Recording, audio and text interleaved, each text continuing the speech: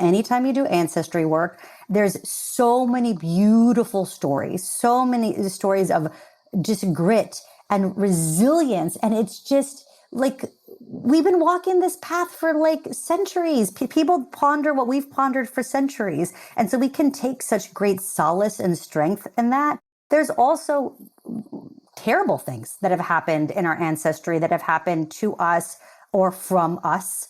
We get to decide what gifts we want to bring forward, right? What gifts do you want to bring forward for your children, right? For me, the gifts of curandera, the gifts of speaking Spanish, the gifts of just knowing the totality of who you are, right? But also, what outdated methods of survival do we not need? It never fails.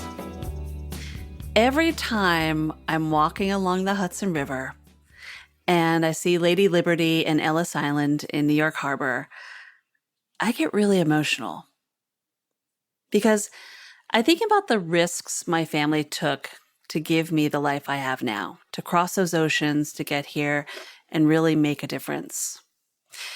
And each time I pause and I give thanks to my ancestors. They matter. And so do the stories connected to them. You have stories like that too. We all do, including Robyn Moreno. Robyn is a Mexican American who has made it her mission to claim her roots, to heal her own ancestral trauma and honor those who came before her, not only for herself, but for her children too. On this episode, Robyn takes us inside her world of what it means to get rooted, from the gifts she was given from the Aztec culture that keep her grounded to the antidotes that give her lineage a name and connection.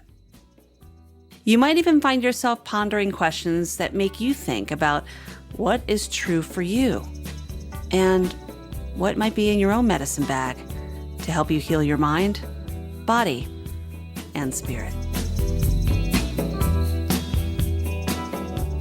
It is time to get rooted. And let me tell you, my friend, I am so elated to be back in the space with a dear friend who I have not seen in probably over 15 years. So I am so glad you're here sharing your story and sharing more about what it means to get rooted. Hey, Robyn. Hey, Hilary. It's so good to see you. Yes, it's been a minute. It's been a minute, but your beautiful, radiant face and energy is exactly the same. And I'm so glad to be here today with you and your audience. Yeah. And being able to share your story and just go into more about ancestral trauma and how to really touch base with who you are and find your truth is where we are going today on this episode. So here we are, many years later, many life experiences. And I love that we were able to reconnect because I've been following you on your journey and you have this amazing workshop that you have coming up at the Omega Institute. And by the way, if my listeners have not been to Omega or you're interested, they have such amazing, powerful workshops.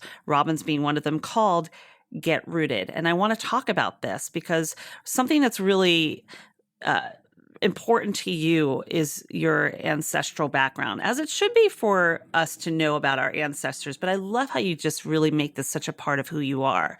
Can you elaborate on that? Yeah, so a lot has happened since you and I met like 10 to 15 years ago, right? When we did that workshop together, which was beautiful. And, I had been on the path, I would say spiritually, since around that time, right? And honestly, pain always puts you on a path. So back at that time when we met, I just had a lot of transition in my life. Like I had broken up with a partner who I thought was going to be like a longtime partner, or a life partner. I had left like a big job. And so I found myself in one of those moments where I guess the Buddhists would say that you've lost the ground beneath your feet, right? And so I started looking for ways to get rooted even back then, although I didn't know that's what I was looking for. I hadn't called it that thing. And so I did like the Landmark Forum. I went to the Omega Center and saw Pema Chodron. I took a yoga teacher training. Like I was on the path, and it was also really beautiful. But what happened is then many amazing things happened. I did find my amazing husband. We've been married for 10 years.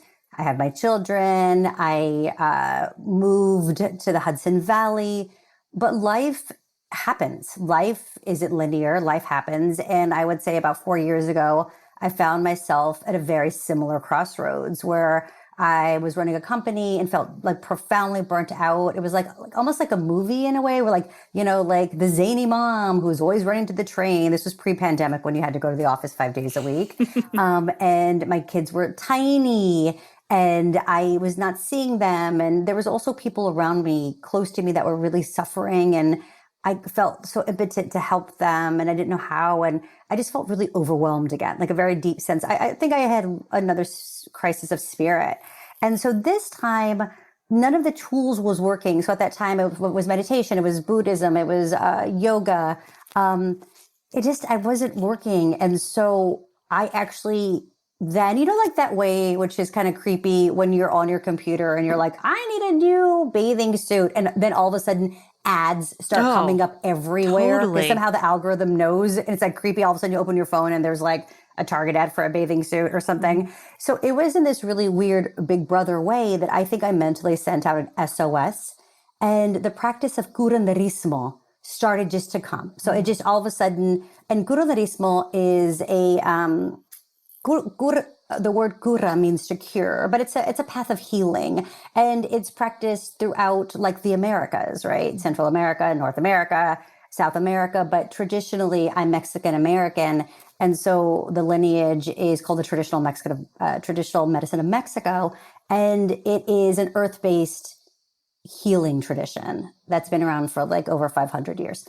And it's also something that was practiced by my great grandmother. And so all of a sudden at this time in my life, all of curanderismo started to come back to me. So a cousin reached out and said, I'm holding a workshop on curanderismo. And then someone else said, oh, there's a training in New Mexico on curanderismo. And then just even within, I would say my own peer group or on social media, I saw like there was a movement to go back to like reclaiming ancestry, like ancestral ways.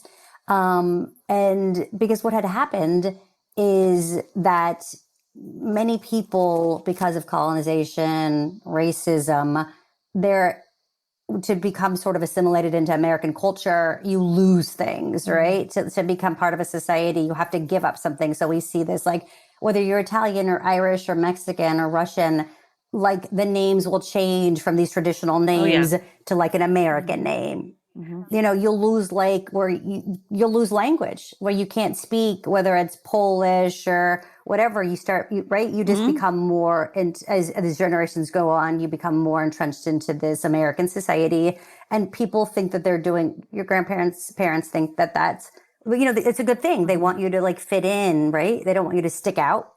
But so much is lost, like medicine and ways of being that are really practical and needed now. And so what happened is I was like, you know what, this is really calling to me, especially because just in my bones, it was like coming home to myself. Mm-hmm. Like, this is a practice that was not foreign. This was a practice that I actually did grow up with. This was a practice that was practiced by my great grandmother, who I was lucky enough to remember. We don't always get that these days. She died when I was 9 years old. And even though she spoke Spanish, and my Spanish is not my first language, just some things transcend language. Some things just come from the soul.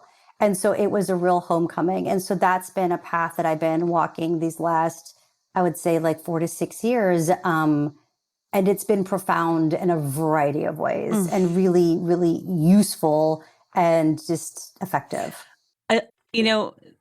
The whole time you're talking, I'm thinking about how important my roots have become as I've gotten older.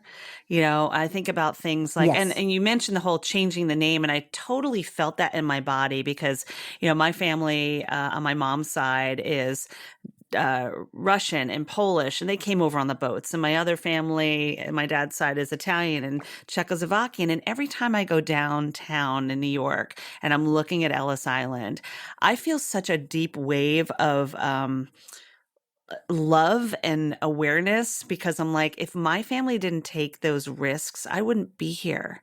you know? So I get it. And everyone's name's changed, right?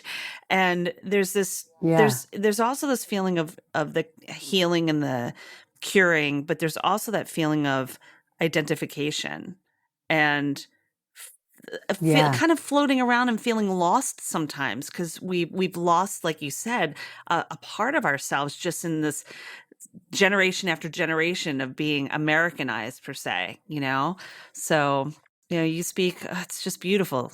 Yeah, and people can relate. And what I would say too is, you know, so many of us, right, like as a nation of immigrants, have Mm. this really unique immigrant story, so we could relate. But uniquely, and I don't think people a lot know this, but the entire southwest of the country used to be Mexican territory. Hmm. Of course, before that, it was indigenous Native American land, of course. But right before 1848, when it was brought into and like annexed into the United States, Texas, New Mexico, Arizona, Utah, parts of Colorado, I think parts of Kansas and Wyoming, California, all belonged to the country of Mexico. They lost half, I think about 55% of their land in the Mexican American War. And so what happened is to people like my ancestors who had always been in this territory, it used to be called, I think it was, I can't remember the name actually, but it was called Tejas Hmm. and something else. It was connected, and actually they didn't necessarily come. They were actually like incorporated, if that makes sense, because the line shifted down, right? So the line shifted down, I believe, to the Rio Grande, and so my ancestors were actually sort of like annexed, and that time the actual thought was like annexation, assimilation. And so these were people who all of a sudden lost. Hmm. They had a different identity as a result of this war. And while some things were the same, some things did change. A lot of people lost land. You couldn't speak Spanish. It was against the law in Texas, where I grew up, to speak Spanish in schools from like, and I'm not entirely sure, but I'm going to say something from like 1929 to 1969. And my mother grew up like in the 50s and 60s in the school system in Texas, which meant that even though she was a Spanish speaker, she couldn't speak Spanish in school. It was Mm. against the law. It was a law. It was an actual law. And so when I tell her, why didn't you teach me Spanish? Like it's really sucks that I don't speak Spanish, because language is so connecting, right? Hmm. It was her first language. It was my grandmother's first language. It was my great grandmother's first language, right? And I Yeah. couldn't necessarily speak to my great grandmother, who was a curandera, because she only spoke Spanish. And she said, I couldn't. I would go to school and I would try to speak to my friends or my cousins or my sisters, and the teachers would say, stop, you need to speak English, right? Mm. And so is, that's, that's, that's like, I don't even know what that's erasure. I mean, you could say that's systemic Hmm. racism, that is, there's ways we get that when we go to a new country, there's going to be trade-offs, but sometimes we've just lost too much, Mm. right? And so look, our ancestors thought they were doing a good thing regardless, like, right? Like yours, they came on a boat, and they had hope and beauty, and they knew they were going to get a lot, which they have. Okay, they have, I imagine. But at what point did they give up too much? And so part of the Totally. work that I do is, at what point do we give up too much? And what point do we think we have to keep sacrificing? And I Hmm. think a lot of times we talk about intergenerational habits or traumas, and I think these ideas are passed on. And so what I wanted to do in my generation consciously is wake up and say, we've lost too much now. We've got to stop. I recognize you had to throw the things in the river, either because you were forced to, or you thought it was a good thing, or it was safety. You had to be safe. But I need to reclaim the gifts now, Hmm. right? It's my job. I'm called to reclaim the gifts. And so I've been studying curanderismo. I've been reclaiming and learning about my own history, which is not really taught in schools. And I'm just beginning to root back into what I call myself. I'm rooting into my ancestry, and I'm rooting, and just like you said, you get a better sense of who you are. I really believe, or I know this is true. The world, it's tricky now. I started off the conversation saying that I felt really unsteady when we first met, and I felt like the Buddhists call it like being on sort of uneven ground. The Aztecs, although they did not call themselves Aztecs, historians called them Aztecs, they call themselves the Mexica. So the Aztecs slash Mexica had a worldview that the world is what they called slippery slick. And what that meant is that you would be walking and then you could fall. It had uneven terrain, right? The world was slippery slick. And we know this to be true. Like we're walking, we're doing all the right things, we're taking the vitamins, we're exercising, we're like trying to be good citizens. And then a global pandemic comes and just wipes everything out. It like shakes our foundation. And so it's like, oh, holy cow. And so we feel uprooted. And so what can we do with the fundamental truth that the world is slippery slick? Because that can be very like unnerving. It's like, okay, great, wonderful. But the Aztec slash Mexica actually had an antidote. They had an antidote. It's something they called Netlitzli. It is a Nahuatl word with the word Nelly means root, and it means to be rooted, to be rooted. That's how you make your way on this slippery, slick world. You root yourself. Another translation could be moving towards truth. What is true for you? And so, like Hilary, like we're like in sort of midlife, right? I think that this post-pandemic world, it's a time, a lot of us are thinking, reevaluating. They're waking up, right? Do I want to be doing what I want to do? Do I like this job I've had for 20 years? Do I want to be with this partner? Like, and it's fair. It can be scary, but it could also be honest. Like, do I want to write the book I've been saying I'm going to write? Do I want to go for the coaching practice? Do I want to be the chef that I want to? And it's like, what I'm finding out, what is true for you, and that we have an opportunity to declare what's true for us because, society, trauma, low self-esteem, the need to prove yourself, even just defining yourself, even just growing, you're always trying to do these things. And I think that we're in a very unique place in our lives, where we're getting to sort of wake up and decide for ourselves, what is true? What is the truth? What is true for me?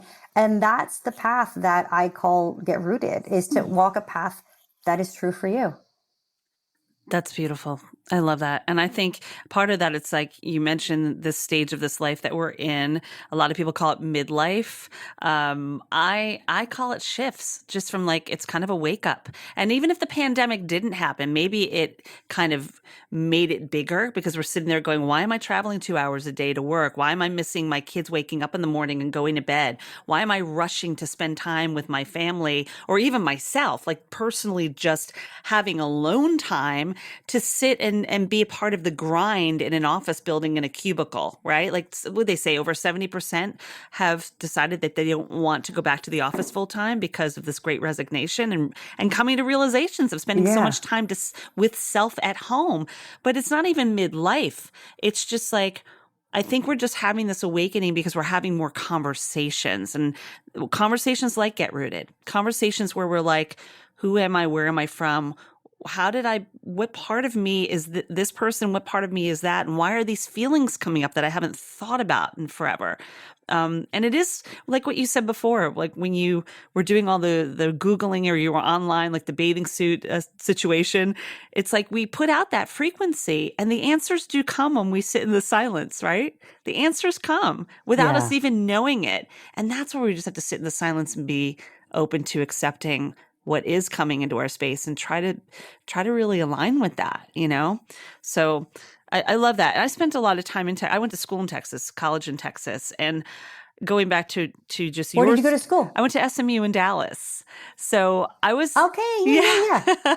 So like I spent 4 years in Dallas, coming from New York, being this Yankee, which is another derogatory term, down in Texas, and just witnessing what I saw around that environment, which, if you know anything about Dallas, which I'm sure you do, it's like Rodeo Drive and cowboy boots, really. It's a very upscale area. But I feel like there's a lot of people that they're losing the sense of everything's like Tex-Mex, right? But when we were talking about like the indigenous people, much like what happened in not Colorado, in Canada, like just when you're describing your own grandmother's story and your mother's story about not being able to talk about their history or use their native language, losing that sense of self it's like ripping you to the core, and you don't even realize you're doing that. And I just noticed that a lot with some of the people that I lived around, that were of like Latino or Mexican descent, that they were just so Americanized. And while there might be a pride in being able to say that you're an American, why lose a sense of where you come from? You know, that's what I think Yeah, about. no, exactly. And uniquely, I mean, I could speak to this uniquely because I Yeah, am of Tejana and, course. Tex-Mex, but I mean, it really is interesting because there is a very unique Tex-Mex identity, and it's gorgeous. Like, Hmm. it's a very specific Chicano Tex-Mex ideal. And I think, and it's healthy. Like, that's the one that I grew up in. That Hmm. one's good.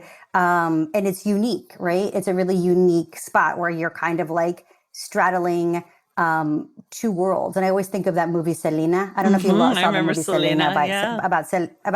about Selena Quintanilla, and I think it's the dad that says like this very like iconic line where he's like, "We're not Mexican enough for the Mexicans. We're not American enough for the Americans." It's like you're kind of sort of, it's like this weird spot where you're sort of like not enough somehow. Hmm. You know what I mean? Hmm. And so that said, and it's a I come from a very proud Chicano culture, and I love that culture. But the point is that there is a lot of things that we in fact don't know. We don't know. There was a disconnect. And I think it's healthy for anybody on any journey, wherever path they come from, whatever their background is, to just take a moment, to take a pause, right? We're in this really busy world. We're in this capitalist society that Hmm. always wants more, more, more, now, do, all the things. We have so much social media and technology coming at us all the Hmm. time, distracting us and telling us we need to be doing the things. And I think that it takes a strong, healthy internal person to stop and say, I need to pause. I need to take a break because it's too much. Something's going on. And I think that you can be like, where am I running to? And what am I Hmm. running from? Oh, that's And be good. able to healthily look back.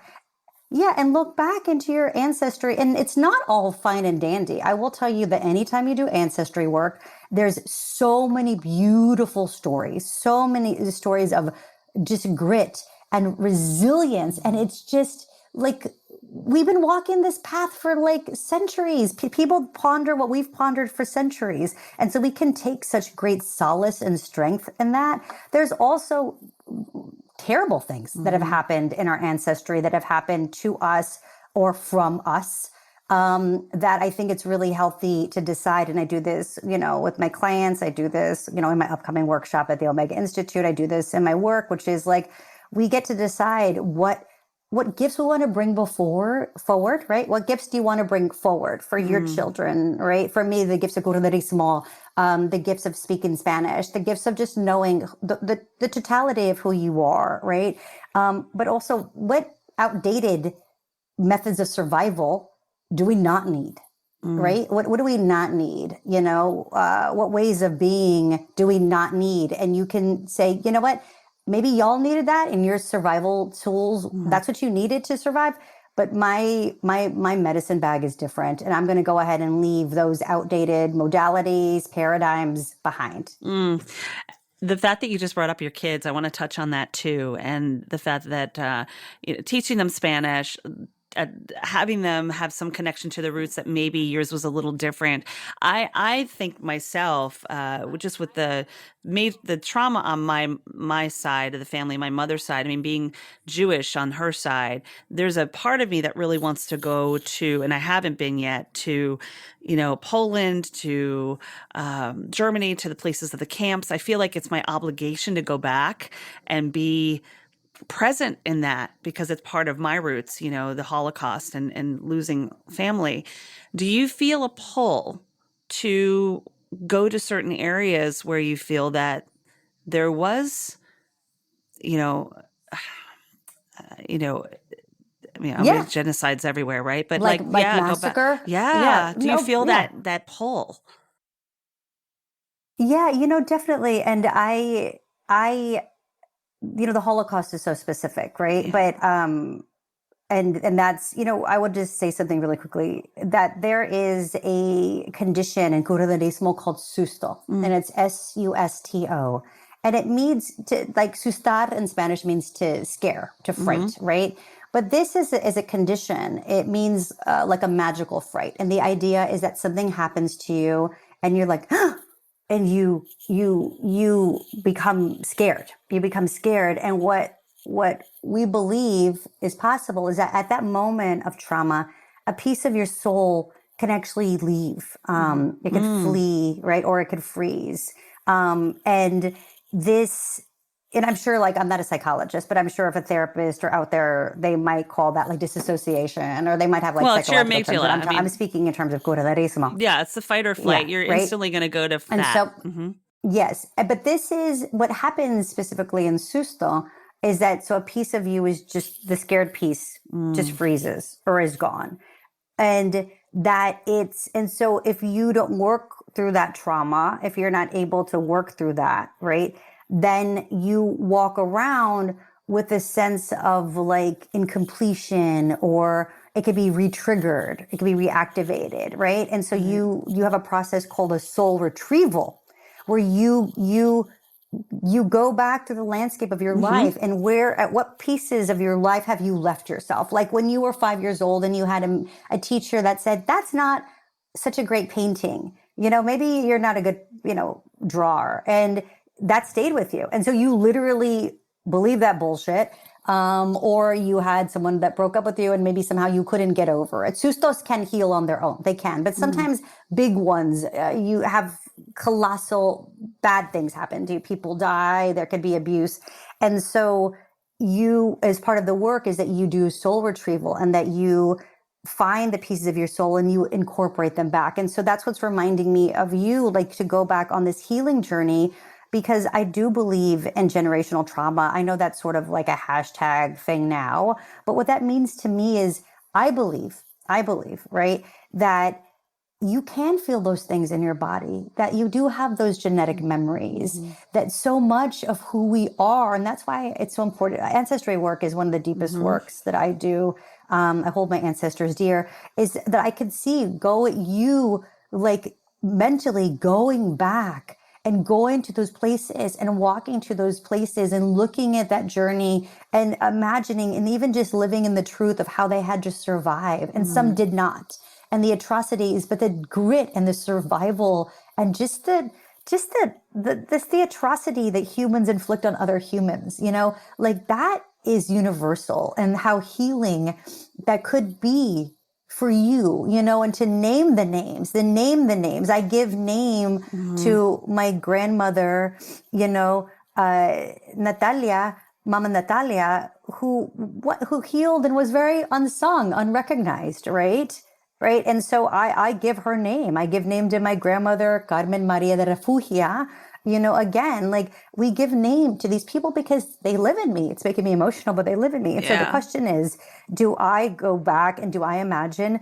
And yes, I mean, I can go physically. I could go to Mexico City, which 500 years ago, I think it was in 1521, was just decimated. It was a really, like, the Aztec Empire, what's known as the Aztec Empire, was one of it's like a cradle of cultural civilization. Very, very complex, like scientist and astronomist, and the calendars that the Maya and the Toltecas, came up with are still used today, right? And so, like, when the Spanish, this is just truth. When the Spanish came for colonization, right? When they started to come over, they discovered, quote unquote, a new world that was not new. It was new to them, but there lived really advanced native, populations, and they came over on their boats. And literally, so there's accounts when they came through Tenochtitlan, which is present day Mexico City, they said, there is a botanic garden, which we consider maybe could be the first botanic garden in the entire world, right? It's so clean. Like, they figured out how to bring in water, like these pyramid structures. Like, there's a trade. This marketplace is so, like, advanced and complex, and it was so clean. It was so dirty in Europe at that time, and they just kept saying, like, this is so beautiful. It is. you can imagine a land like this was literally an account from someone, right? It's from like a Spanish soldier. And he's like, I've never seen a land as beautiful as this one. But now all of it is gone because after war and after being razed, right? I'm talking about like, burning of crops. And after the Catholic Church came in and said, all of this is heresy. You're going to all be baptized. All of your spiritual worldview is now going to be changed overnight into Christianity, right? You're going to all be baptized. Just forget all the worldview that you thought. And they just destroyed everything. And then smallpox destroyed the rest. So it was a decimation. It was a decimation of culture. And that's devastating. That's devastating. And that's why people get so touchy when you talk about something like Columbus Day, and we have all these heroes because the truth is that history is always written with the pen of who's holding the pen, right? And so there's so many, right? His story, her stories that are just not told. And so part of my soul retrieval has been to go back and reclaim this medicine, curanderismo, according to my research. It was outlawed in Texas until the 1970s. I found a paper that said that. What that meant to my grandmother, who was a practitioner, great grandmother, is that she practiced in the shadows, that her work was illegal. So that meant that she was doing something bad. And she was in essence an herbalist. She was in essence a masseuse. She was in essence, could have been a doula. She was sort of like a chiropractor. She was also an intuitive. She was a healer. She was a gifted healer. These are just God-given earth-based talents that for some reason were deemed different and therefore dangerous. And so it's been a huge, and it's interesting how I've internalized, you have to do your own internal work and like, whoa, where have I internalized this? Where are my own biases? Because I've been swimming in these waters saying something different, right? And so I've been having to decolonize. I've been having to, just objectively look at history and decide for myself, like what I want to bring forward. And so I think it's a huge act of resistance to practice this beautiful medicine. And it's an honoring of my great grandmother who couldn't do it, openly, or felt maybe that it wasn't approved of. And it's like, screw that. Screw that. Yeah. I mean, screw that. What you're talking about with the, we're just standing on we're amplifying, lady. When you're mentioning the whole thing about, the healer and your great grandmother, and it just brings me back to thinking about things even like is like the Salem witch trials. I mean, these women were witches. They were just women that congregated and talked about sisterhood and girl stuff and, menstrual cycles, like the red tent, Yes. but like Yes. it wasn't the norm and it wasn't comfortable to talk about. So, ooh, that's not cool. Go do your thing. Do not even let us do it or you're going to be, put on the cross and burned or whatever they're going to do to healers, and it amazes me how far we've come, but how far we still need to go. Yes, definitely. Right? Yes, of course. Right? Absolutely. And I don't necessarily have to get into what I can say is this is I'm seeing now therapists that work in conjunction with curanderas because it's like, if we don't have enough Black or brown therapists that understand like the cultural competence of their client, right? And so we're seeing like a lot of referrals. And the idea is, curanderismo is a complementary practice. So obviously we're like, if you need to go to the doctor, like I'm feeling something. I'm like, I'm not a doctor. Like I am not a doctor. So but what I think is happening hopefully now is that people just have an awareness of different modalities, the way that we are sort of like Ayurvedic medicine, right? Which is a beautiful, like great tradition that is now becoming sort of like more mainstream and understood. And it's it's an ancient wisdom tradition, like traditional Chinese medicine, like acupuncture and the meridian system. People are beginning to understand the efficacy of things like that. And that's being sort of looked at, right? And so I just think that in curanderismo, I believe is similar. It's a very deep wisdom tradition.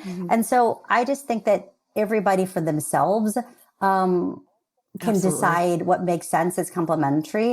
And I think people are sort of Mhm. are just opening their medicine bags and understanding like there's a lot of ways to heal emotionally, Mhm. spiritually, physically, and that they're connected, that they're connected because the root of curanderismo does believe that it's a spiritual practice, right? We work with spirit, but believe that if you have too many either like just repressed or just unregulated emotions, that can manifest into physical illness, right? And so Mhm. let's work with those emotions. Let's be able to talk and ask. And not everybody, there's also levels of access, right? Not everybody has access to therapy. Therapists are so hard to get right now. I know Mhm. there's like a waiting list to get a therapist right now. If you have insurance, or you could afford $150, which not everybody can, right? So Right. that's why places, Yeah. it's accessible. And that's why we've always had these wisdom traditions like curanderismo, where you have something called a plática,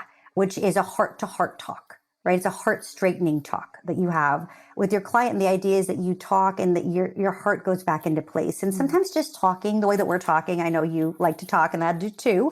Um, just, no, but talking, unburdening, and having someone hold space and listen, that's a type of release. That's a Absolutely. type of release, Uh, right? yeah. That's medicine. And so anyway, I think Just knowing that you're being witnessed and you're valid and your thoughts are valid and what you're sharing is valid. And I use that statement all the time about holding space for somebody else because we just want to be heard and we just want to yeah, be understood, you know? yeah, So definitely as yeah, healers, especially, and you mentioned complementary alternative medicine. That's the area I'm in too. Mine is not mainstream. It's becoming more. I mean, it's based on neuroscience, but like with havening, it's like, when you think about the fact that there's so many different things you can put in your medicine bag, like you say, interestingly enough, I mean, I call it the brain candy jar. Have all of these things available to you. Pick them out when you need them, if you need them, because it's all about bio individuality anyway. Like what Robyn gravitates to might not be what Hilary gravitates to, you know? And so having those tools there to use if and when, it's better than not having them at all. You don't have to use them. You're not forced. And thank goodness we have doctors today that are getting more involved in integrative health and functional medicine and complementary alternative medicines, or at least being open to referring them to somebody like that's right. us. You That's right. know, I love when I work with doctors like that. No, Yeah. that's right. And and Yeah. the thing, Can I ask you a question yeah, real lay it quick? on me. Yeah. So how much are you sharing with your children? How old are your kids, by the way? So they're 7 and 9, Yeah. and they're like adorable and so cute. Yeah, they're I seven see and nine. pictures I behind have you, two girls. which is amazing because when we first met, you didn't have Oh children. You yeah, weren't even married. And it's like, what a different life you're living now as a yeah, mom, as a wife, you know, and changing yeah, gears here. But like, yeah. do they understand what mommy does?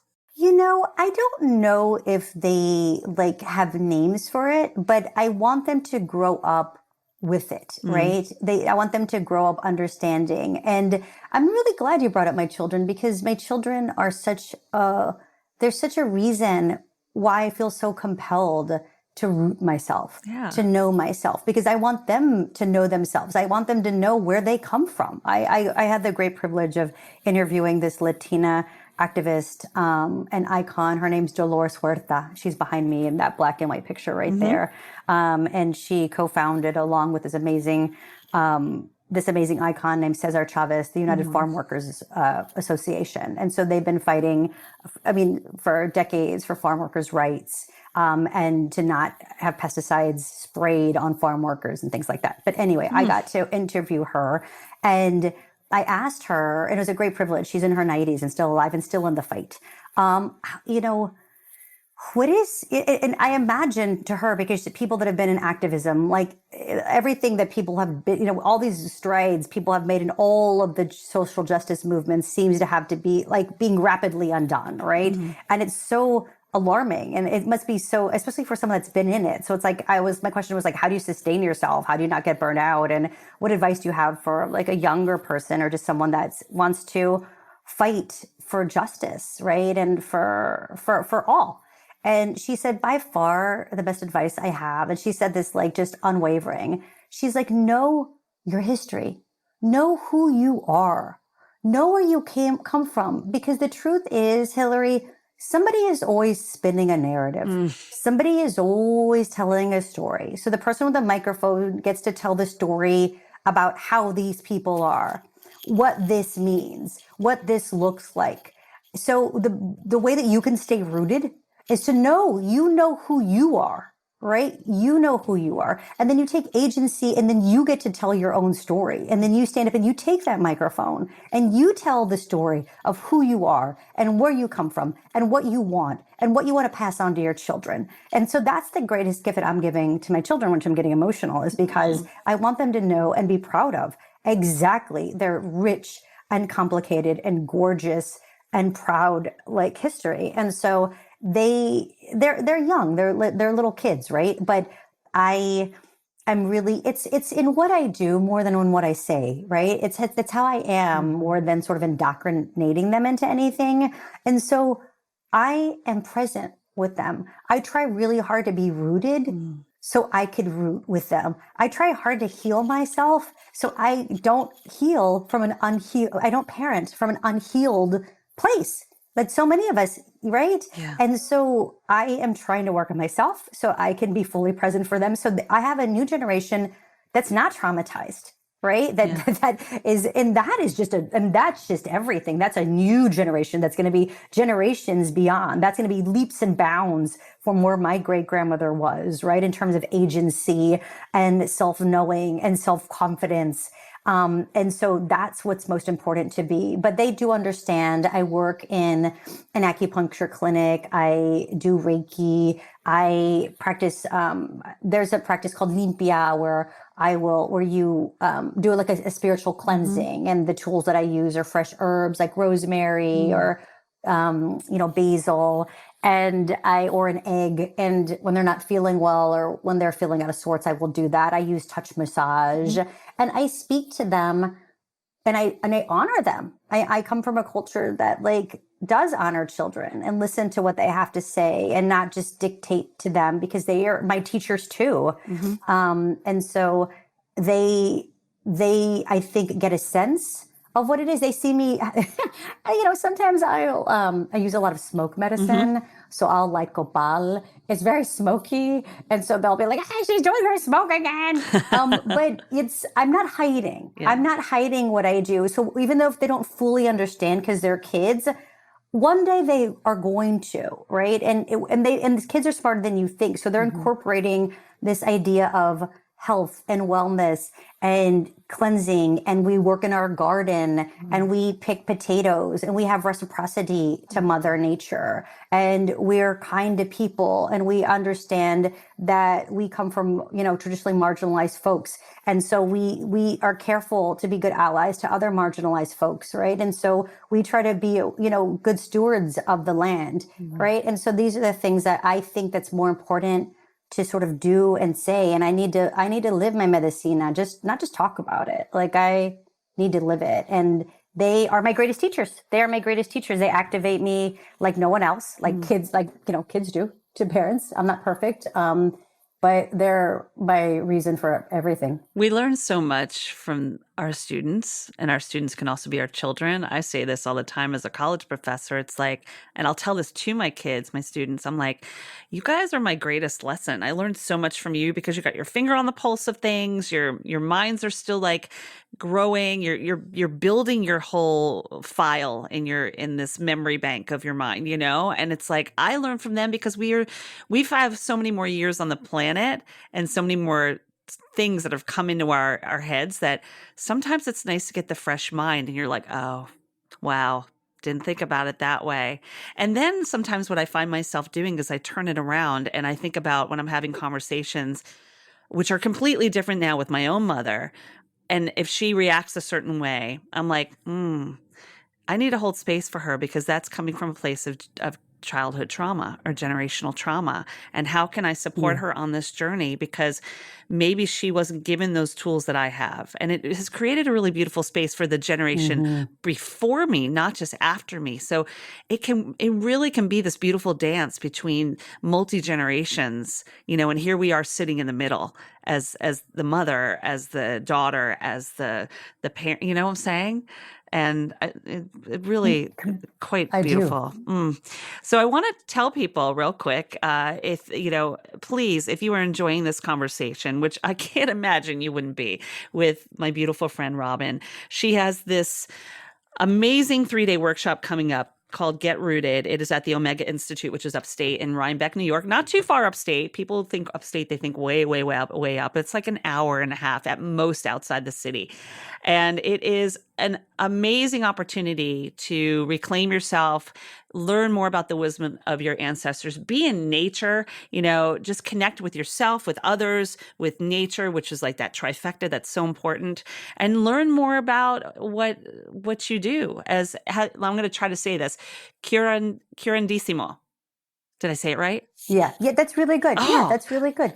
I never did well in Spanish. It's curandissimo. No, it's okay. That's right. That's right. Okay. Because the root word is cura, right? And cura means heal. To cure. That's a literal translation, but heal. But it also means to help. And I think that's a translation that I take to heart, because this idea that you can heal or cure anyone. Because you're a teacher, you're just really their guide. And so there's another translation of cura, which means to help.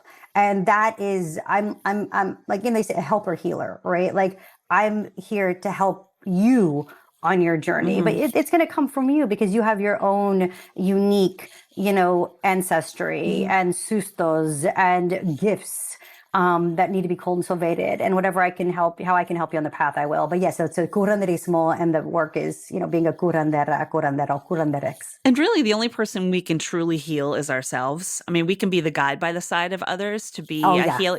I say that all the time when people are like, "Oh, you're a healer, you're healing people." I'm like, "Yeah, no, I'm really not." I mean, I have tools to heal, but the only temple that I'm able to heal is this one right here, that within me. But I can certainly be a guide to you on your journey, as you can as well. And we do this so beautifully and powerfully, but I don't want that kind of power to be taken away from somebody else, to say that they're relying on somebody else. That's right. And that's really the beauty of the kind of work we do.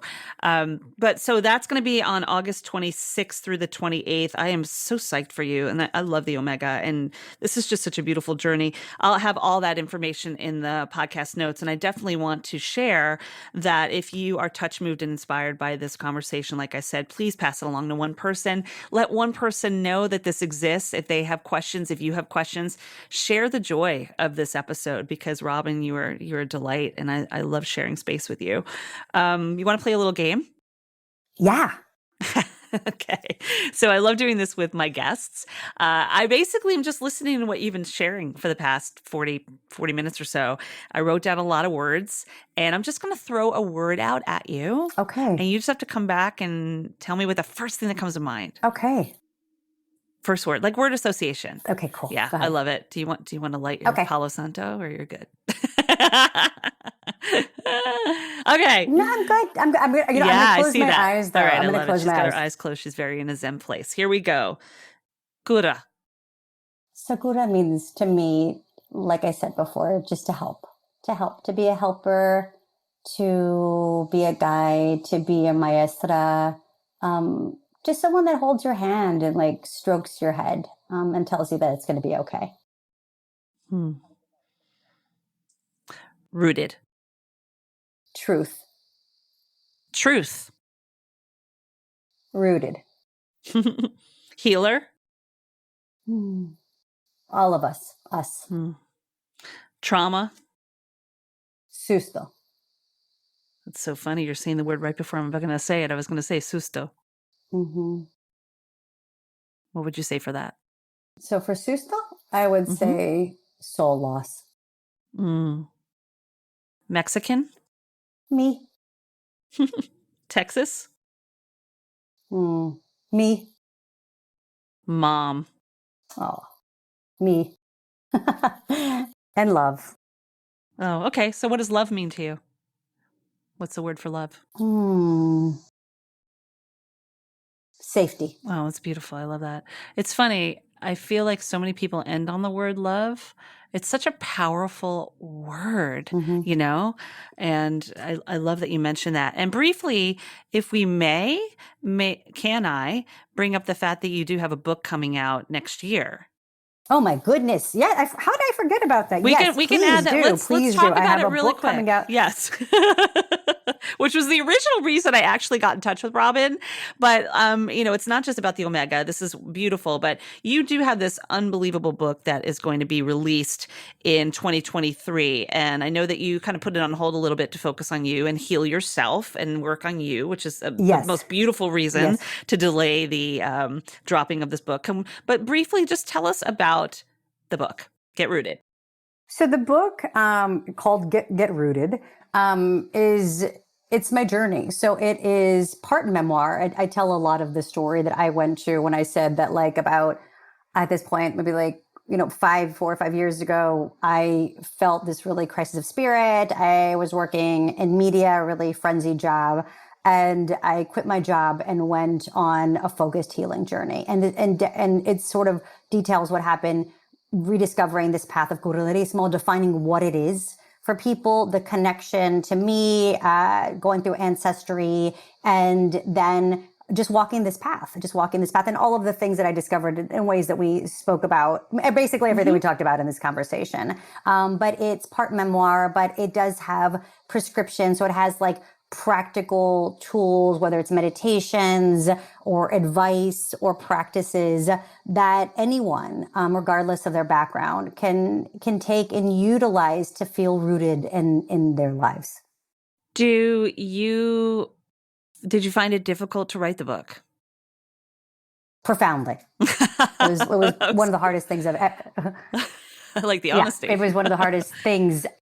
Oh yeah, it was very hard. Yeah. I found it to be really hard. Writing a book is hard, to be honest with you. Like, so many people want to write a book, Yeah. but the act of actually sitting down and writing a book is one of the hardest things you'll ever do, because you have to take these ideas that are swirling in your head and make them into cohesive, interesting. What you think is interesting might not be interesting for others. So it has to become an interesting story that you can offer someone else. And so just the actual craft of it's quite hard. I think in this day and age, it's really hard to get focused. We don't have to talk. I mean, that's a whole other podcast, but this idea that we don't have the same focus, because even though our brains have not changed over since like the dawn of time, we now have more things to distract ourselves. So the fact that we're always like multitasking actually has scientifically proven to be diminishing our ability to focus and attention. So people can't read the same, they can't go into depth, and so it's harder on a hyper personal. So that was just structurally, but on a hyper personal level, revealing yourself to something that people are going to read and know about you is very vulnerable. And I have to constantly ask myself why. And I think that's what I do in my work all the time. Is the first rule of curanderismo I learned from my teacher is intention. Like, what's your intention? Like, why do you want what you want? Why? And so I had to sit with myself, because so many times we want to prove ourselves. We want to be seen. We want visibility. We want some sort of external affirmation. And for me, I have to make sure that's like, is that healthy or is that unhealed? You know what I mean? And so I just have to know my intentions. Oof. I just think that is, and that's one of the fundamental lessons of the book, is knowing why you want what you want. And is it susto, which I call trauma, right? It's not a direct correlation, but it's like a trauma response. Or is it what I call your ser, or your truth, your real honest knowing? And so where are you coming from? And so with this book, I constantly have to ask myself, anything that I do at this point in my life, like, why am I doing this? Where we both know this, right? And I think the world knows this now more than ever with this post-pandemic life. Like, your time and your attention are your greatest assets. And where are you going to put your time? Like Mary Oliver says, what are you going to do with your one wild and precious life? And so what, right? Where are you going to show up in the world? Where are you going to give that energy? And to who? And so I'm being really intentional with the book and understanding what I want to share, why I'm specifically sharing that. And just, then there's a part that you just have to let go and trust that it's going to be received to the people that will receive it. But it's very vulnerable. Absolutely, because the pages are always there. I mean, you do a workshop, you're like, nobody's going to check back on it. Maybe they'll watch it once or twice if it's recorded. But there's something about things in black and white that people can highlight. They can put it in their library. You're forever remembered. Yeah. That can be very vulnerable. And we go back to that vulnerable state. But I love that you share that, because I'm one of those people that has been writing and you get distracted. I'm like, I'll come back to the book. I'll come back to the book. And, you share some really powerful, insightful, words there about, and this goes back to truth. This goes back to the truth of what you were saying earlier when we first started. The whole idea of truth and who you are is that, and what the intention is. I mean, I don't know if I've ever heard an author share that. Like, what is the intention? And that is so true. Are you writing it for yourself? Are you writing it to amplify the message, to share your message? Is there a ripple effect involved in it? What are you trying to do? Or are you just writing it like, oh, I'm a published author? Because that's a different distinction, So thank you for sharing that, because it helps me understand better. Well, the energy will be in the book, right? The energy will be in the book. And so just again, speaking with energy, which is my greatest currency, it's like this takes years of time. And so I want to just be honest with myself, and I want to be just respectful of my own time. So I think it's really healthy for someone to know, just any project, why ground myself. Why am I doing this again? Why am I really doing this? What am I hoping to achieve? What's my intention? And then then you'll know, and that energy will carry you through when it gets tough or hard. And you're like, you know what, my intention is to tell these truths because it's still unseen. People like me, only 7% of books, 80% of books are written by white people. And about 7%, if I'm right, 7 to 8% of books are written by Latinas, Latinos, Latinxes, which is less than the population. The population is probably like nearing 1 in 5, so that'd be 20%. So we should at least, if we're going to go like, match percentage-wise, we should have 3 times the amount of books that would be sort of equal, right? But there's not. There's an inequality there. And so I do feel that so many people out there would resonate, and it's that we need to be seen, that these stories need to be seen, that we have to take our space and our stage, no matter how nerve-wracking that might be, because I'm doing it for my ancestors, like you said. I'm doing it for the generations that didn't have any voice, that could be erased, minimized. And I'm doing it for my kids so that they know they can pull a book, that's going to be in the Library of Congress off the shelf in the generations to come and say, this was my grandmother, this was my mom, this was my great grandmother. And now I know who I am. And that's the greatest gift I could give anybody. That's so beautiful. I feel that. That's what I'm trying to do. Thank you. You're doing exactly what you need to be doing. And please don't stop. There's so much more for you. And I see it. And I'm so excited to see what's to come. I can't wait for the book to come out. And I'm elated that you have the Omega welcoming you back. And I mean, it's just, there's so much power and so much amplification happening here. And keep doing your thing. So on what I want to say though, one thing, and I love this quote that you just mentioned, please quote, this is your thing. You just said, energy is my greatest currency. I love that. That's your quote. That's so beautiful. I love it. Thank you. It's just, that is truth. We're talking about truth. That just came like that. True. And that's just so that hit me deeply, because we are all energy. That's not woo-woo. Yeah. That's just truth. We are energy. Yeah. So being able to align with that, that's how you pay it forward and receive, is just so, that hit me deeply. But I do want to give you a moment to share with listeners if you have a final thought. What would you like them to know and take away from this? Oh, thank you, first of all. I just want to thank you for giving me the platform and the mic, because that's really profound. What you're doing, and you're investing, and you're taking your emotional and physical time and energy and monetary investment in this podcast So I'm honored that you're sharing the mic and that you're giving me this platform. So I just want to say, honestly, I receive that. And I just want to tell everyone out there that they too have the tools to be rooted, right? And it's not like some of them are really, really basic tools. Like some of the basic tools that the Mexica Aztecs share were being in your body, dropping out of your head and being in your body, balancing your emotions, right? And getting things out, right? That you need to release, whether it's through the out breath or a spiritual cleansing or pen to paper. This idea of being in community, this idea that we need each other, right? Like we're all helpers. I think that we all tend to overdo, and sometimes we have to sit back and receive. And so this idea of allowing yourself to receive, allowing yourself to pause, to rest, to question, to not be sure, to live in the question and to come up with yourself, your own answer is the biggest quest of your life. And then also just this idea of connecting with nature and recognizing that we are part of nature, and that's divinity because we have access to it. We don't have to go on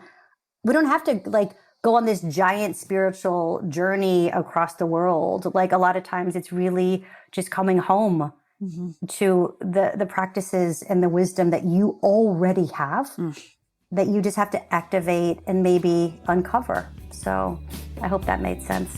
So, so beautiful. Robyn, you are such a light. I'm so glad we reconnected. This is one of the reasons why I love doing this podcast is I get to reconnect with people that I haven't seen in years and also meet new people and give you, like you said, share the space to amplify your message because there's so many beautiful stories out there. There's so many storytellers. We're all storytellers.